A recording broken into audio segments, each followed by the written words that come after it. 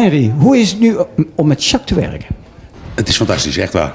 Dit is de eerste keer, want je hebt een primeur, want hij komt net uit, de single.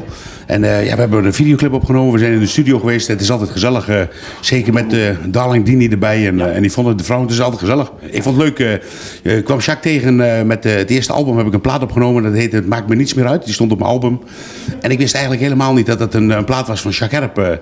Dus ik had hem op YouTube gezet toen, Het Maakt Me Niets Meer Uit. En toen reageerde Jacques. Ik denk, nou, dat is een leuke gelegenheid om bij het tweede album wat ik uitbreng een duet met hem te doen. Dus ik heb hem gevraagd en hij was meteen enthousiast, leuk.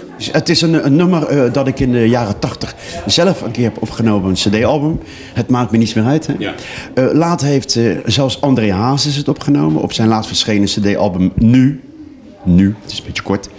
En ja, heel trots ben ik erop dat Henry nou weer gevraagd heeft om het nu als single samen uit te brengen. Dus af en toe lijkt het wel op alsof we van elkaar houden in het liedje. Maar Ja. het liedje gaat over een vrouw, over een andere vrouw. Dus dat is maar even dat jullie het weten. Ja, dus daarom hebben we de videoclip ook met ruggen tegen elkaar aan opgenomen. Dat ze niet dachten dat we van de poot waren of zo. Nee, niet dat dat zo heel erg is. Ik bedoel, ik wil best een keer uit de kast komen. Maar als je het niet bent, dan ben je het gewoon niet klaar. En we gaan natuurlijk heel veel optreden.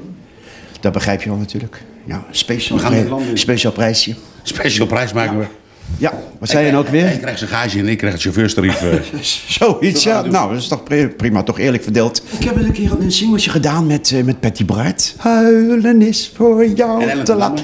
Ellen ten Damme, heel goede zangeres, dat weet je, heel beroemd ook. Maar ja, dit is natuurlijk heel apart natuurlijk. Twee kerels die een geweldig over de liefde zingen. Nou ja, je moet zelf maar luisteren.